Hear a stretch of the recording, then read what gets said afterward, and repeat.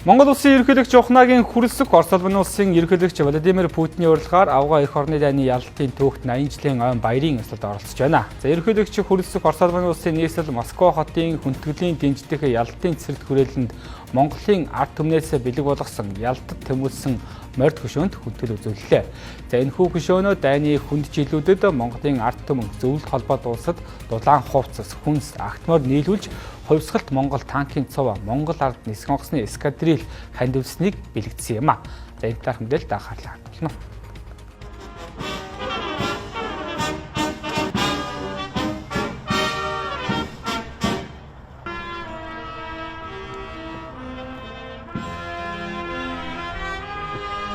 Хөшөөний хананд Монголын ард түмэн агуу эх орны дайны эхний өдрөөс зөвлөлтийн ард түмний үнэнч холбоотон байж танкын цуваа, нисэх онгоцны эскадрил, хагас сая агтморд, бусад бэлгийн цувааг илгээн их ялалтанд хувь нэмрээ оруулсан билээ хэмээн Монгол Орос хэлээр сэлжээ.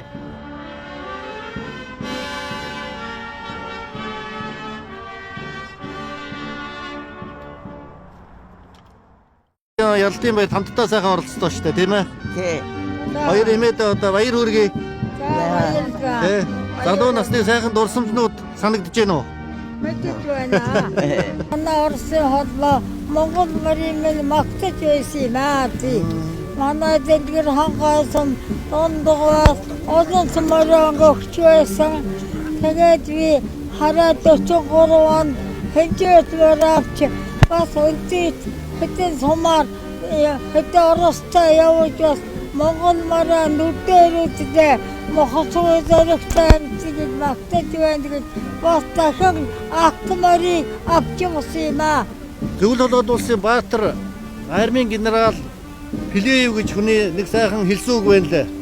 За тий. Хүчрэг Монгол морд танкын цуваатай зэрэгцэн бэрлийн хүрсэн юм а гэж.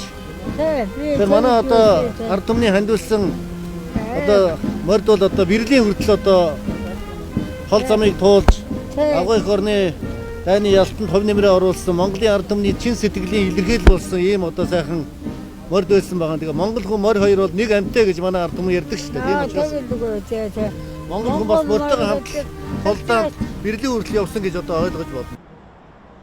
За түүнчлэн Монгол улсын ерөнхийлөгч зэвсэг түвшний ерөнхий командлагч Ухнагийн хүрэлцэх Оросын улбаны улсын ерөнхийлөгч Владимир Путиний урилгаар агуу эх орны дайны ялалтын 80 жилийн баярын арга хэмжээнд оролцгоорэ Оросын улбаны улсын Батлан хамгаалах яам, дотоод хэргийн яам, онцгой байдлын яамны харьяа академи ихтэй сургуулиудад суралцж байгаа Монгол офицер ахлагч нарын төлөөлөлтөд уулзжээ. За хоёр улсын Батлан хамгаалах яам хоорондын гэрээний дагуу 2007 оноос Оросын улбаны улсын цэргийн академи ихтэй сургуулиудад жил бүр 80-аас 130 хүртэл цэргийн албаа агчийг суралцуулдаг байна. Өнөөдрийн байдлаар Оросын улбаны улсын Батлан хамгаалах яамны 25 академи ихтэй сургуульд 400 орчим хүн цэргийн 30 гаруй мэргэжлэр суралцж байна.